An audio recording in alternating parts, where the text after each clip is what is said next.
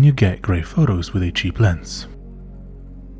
Many new photographers worry about whether the cheaper lenses, which they can actually afford, are really any good. To be fair, it's easy to look at some of the pricier lenses out there, marvel at their intricate designs, and think that they are the only ones worth owning. The truth is that there are plenty of affordable lenses out there which can produce great results for a budget. In fact, what matters most is who is behind the camera.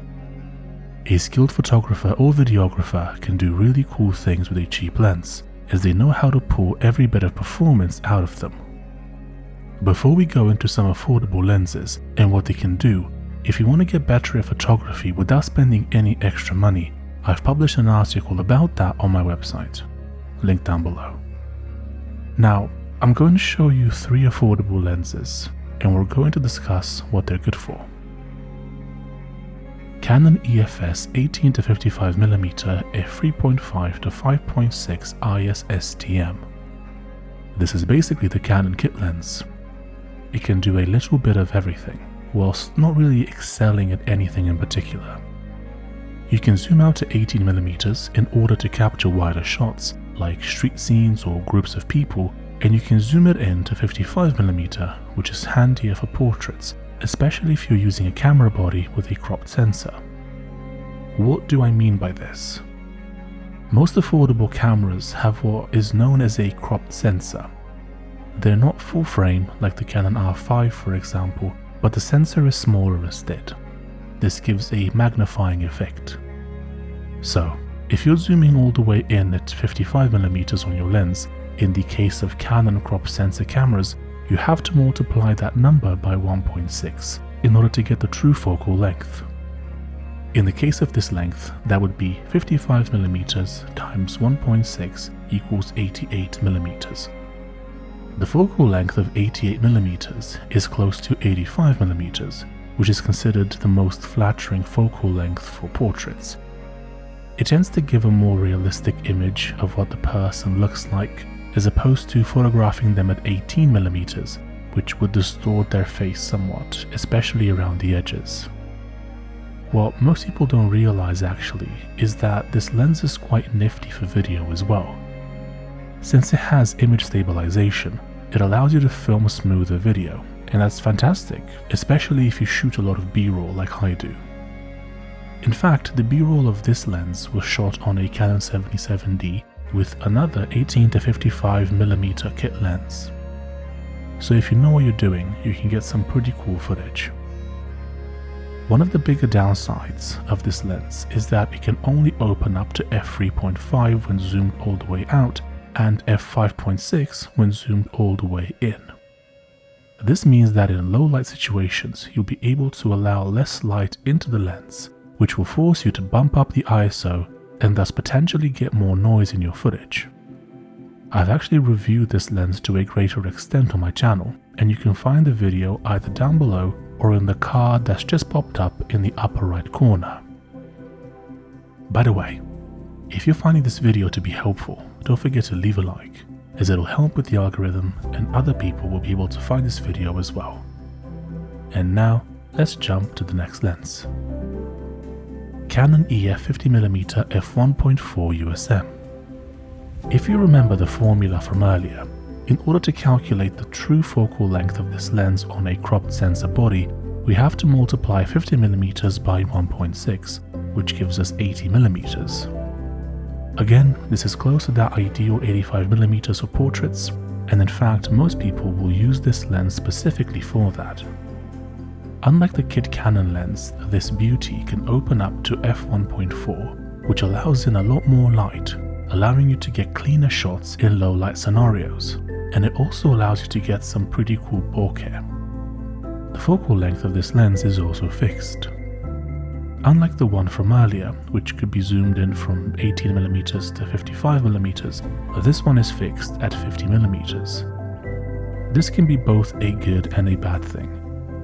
It's obviously bad as the focal length is not variable, so you cannot change it, but the good news is that fixed lenses tend to produce sharper images. Now, since this lens can let in more light, you might ask, why did I use the 18-55mm kit lens for most of my videography in the past? The reason is because the EF-50mm f1.4 does not have image stabilization. When shooting video, the results would be much shakier. Plus, when you're shooting B-roll, you want to keep your focal length a bit lower. The higher it is, the more obvious the shake will be. When I shoot B-roll nowadays on my Canon R5 with the RF 15-35mm f2.8L IS STM, I usually shoot between 24 and 35mm.